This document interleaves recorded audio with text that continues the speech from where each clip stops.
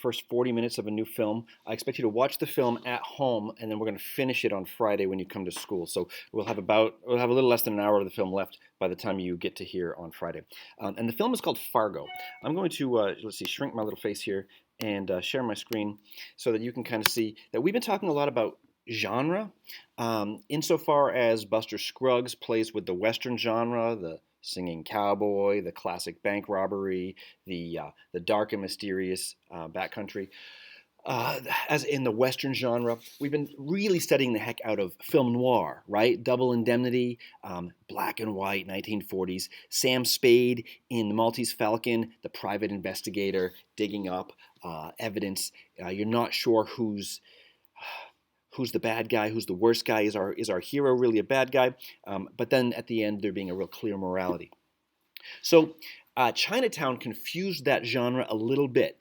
Chinatown took the genre of film noir, made it a neo-noir in the 70s after the classic film noir had kind of died out, and sort of reestablished neo-noir as a legitimate genre. And what they also did with Chinatown is it said, hey, we can take all the expectations and tropes of a genre and add layers onto it and subvert some of the expectations, and then we have kind of a new version of the genre, which is what Chinatown was all about. Why we get Jake Gittes, the almost hard-boiled, very sophisticated detective, and yet not quite.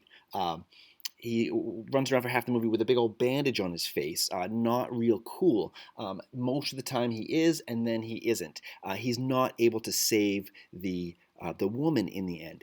Faye Dunaway, you think is perhaps the vamp, the femme fatale character, but at the twist, you realize she's actually the most innocent person in the film, and needs to be protected, which Jake is unable to do. So it's really a tragedy, as opposed to a heroic detective film. So this slide, all right, genre. Okay, so I've been talking about westerns and film noir. Genre is any category that we put something in. Pop music, it might be rap, it might be rock, it might be soft rock, hard rock, heavy metal. We've got subgenres all within these different pieces. And that's what this slide's really about, just to kind of get you thinking in terms of when you hear the category of something, you now have a set of expectations about what that is. When you say folk music, I think of old Bob Dylan, Peter, Paul and Mary, Woody Guthrie, right? Like acoustic guitar, harmonizing singers. There's a set of expectation that comes from just knowing what the genre is. And when we watch a film, we are looking for what should we expect from this film? We're looking for those clues. What kind of a film is this? Am I watching an action movie? Am I watching a thriller? Am I watching a horror movie? Am I watching a drama or a rom-com? Because once we can establish that, we know what to expect. We can kind of ease into the set of rules that each genre plays by.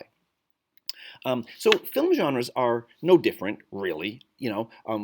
We've got sort of large categories like comedy, but then that can be subdivided into like the teen comedy, the gross-out comedy, spoofs like Airplane or The Naked Gun or the Scary Movie series.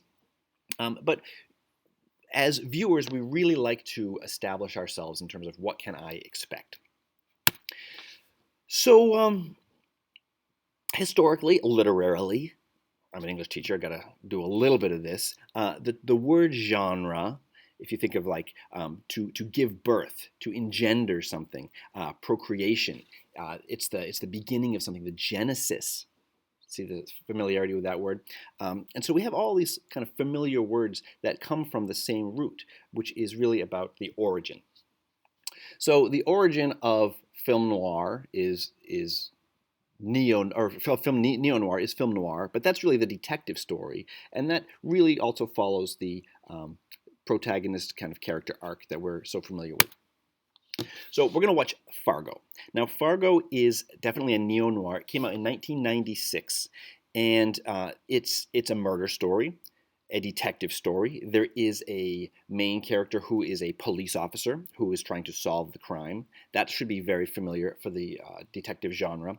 But we also, as an audience, we sort of know the crime. We see the crime happen, and we know kind of who masterminded it and how it's going. The difference is the crime is still in progress. So the thrill for the audience is how is this going to play out, not will the detective solve it. although that's part of it as well. Is will the detective solve it? But it's not. We're not held guessing who did the crime. We see it. We saw how that happened, which is a little bit different than the way that many old noirs work, where the audience is left guessing and in the dark. So the Coen brothers made this film in 1996.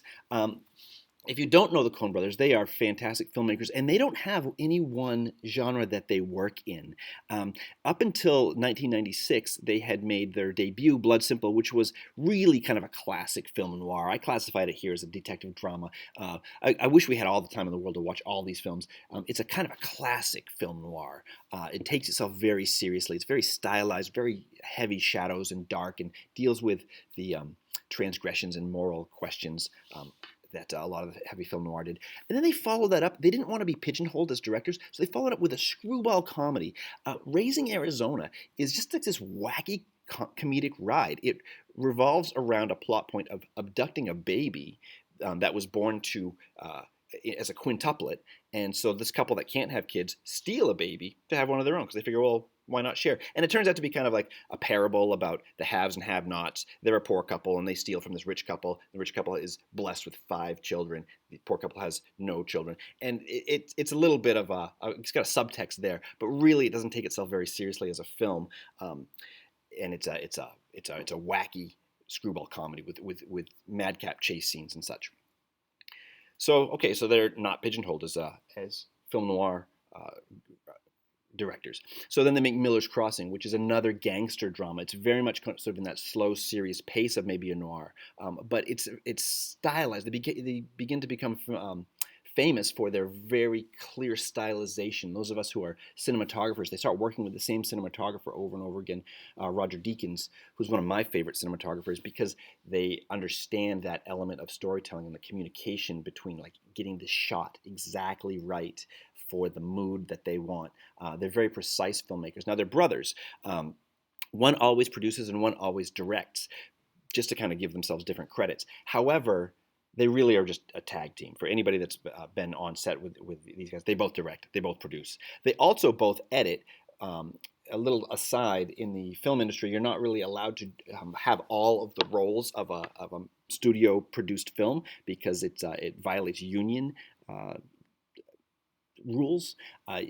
You have fewer jobs if one person is doing all the jobs, and that violates union rules. So they got around that. All of their films are edited rather by a filmmaker, an editor named Roderick Janes, which is a fake name. This person doesn't exist. It's the Coen brothers as well. So they produce, direct, write most of their stuff, although recently they've adapted a few stories to turn into their films, and edit.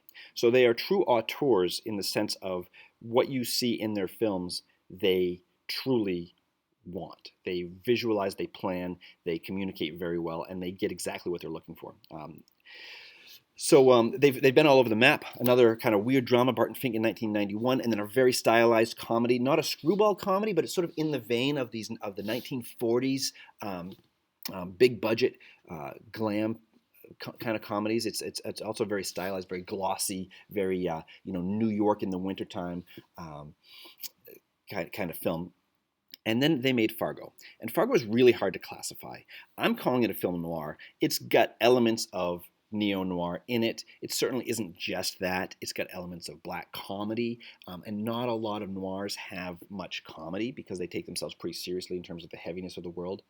So does this film, but it tries to get a reality in terms of the absurdity of individual people. The characters are true characters. I mean, there's not one stock character in the bunch. The police officer detective, you've seen that character before. No, Margie is a young female pregnant detective, right? We haven't seen that before. The bad guys hired for the deal, they're one's sort of like the classic thug, and the other one is sort of a motor mouth screw up kind of guy, played by Steve Buscemi. These characters are rich. The dialogue is fun. It takes place in Minnesota, and they really play up the accents. It's almost a satire of place in terms of how much. Oh yeah, you betcha. Oh, what do you know? You know, particularly the secondary characters have very magnified accents. Now the Coen brothers are from St. Paul, Minnesota, so they say that they're paying homage to this and not making fun of the accent. We'll let you kind of be the judge of that. in terms of the style. So I ask you, as you watch this, we're going to watch the first 40 minutes, and I ask you to consider, what the heck genre is it beyond film noir? Like, what am I watching here? Because as you start any film, your brain wants to know, what genre is this in, so I know what to expect.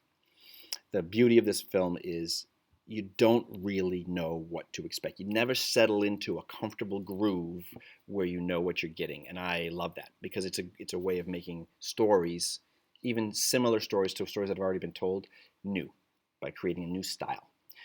So enjoy. We'll watch the first 40 minutes here. We'll finish this in class on Friday, and we'll talk about what the heck is the tone, the mood, the style of this film. Ta-ta. See you Friday.